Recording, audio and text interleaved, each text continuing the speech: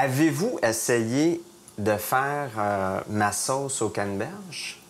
Je vous dirais doubler, tripler la recette parce que qu'est-ce que vous allez faire avec le restant? Vous allez faire des muffins avec. Vous allez voir, là, c'est une belle recette, des muffins santé. Et c'est avec ça qu'on va passer les restants de sauce à la canneberge. Alors, on commence ça. Là, ce qui est important de faire, c'est d'avoir deux parties. On met nos ingrédients secs et les ingrédients humides. On sépare le tout. J'ai cassé un œuf, donc je vais mettre l'huile. Je vais ajouter le yogourt. Alors, tout ça, ça fait partie de la quantité humide. Là-dedans, je vais ajouter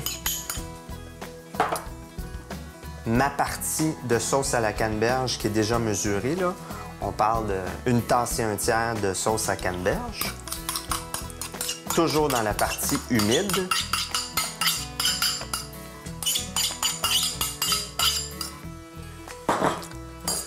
Là-dedans, je vais zester à peu près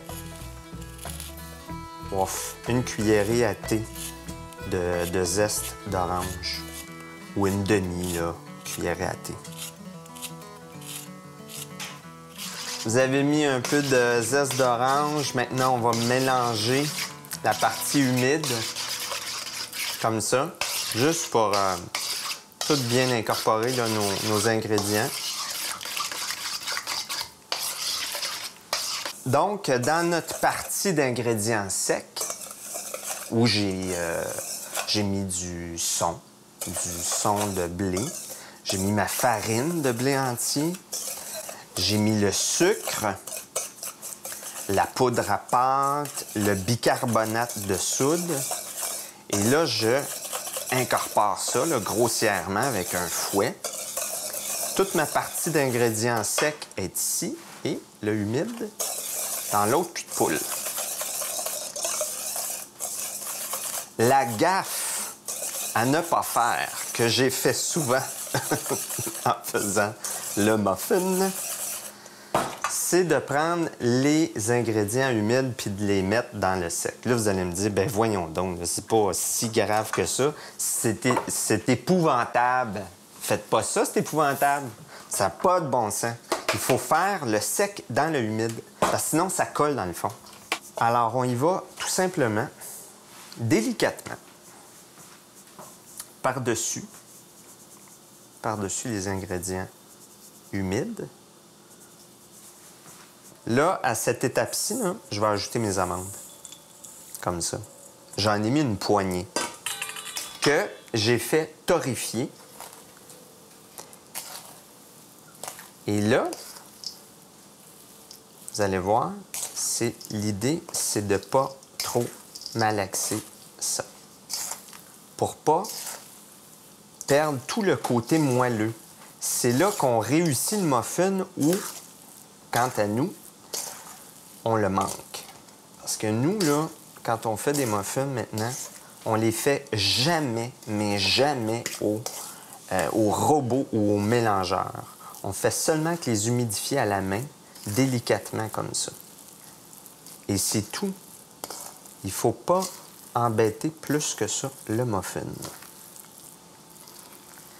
On va commencer par portionner nos moules qui sont déjà beurrés. Là. Moi, j'ai beurré les moules.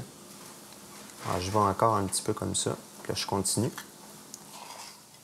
Il faut répartir uniformément l'appareil à muffin dans nos moules, puisque la cuisson ne sera pas uniforme. Hein? Vous allez avoir des muffins qui vont être trop cuits ou pas assez cuits, si ce n'est pas rempli de façon uniforme et adéquate. C'est beau, uniforme, on est prêt à enfourner. On a préchauffé le four à 350 et on va surveiller la cuisson pendant 20 minutes.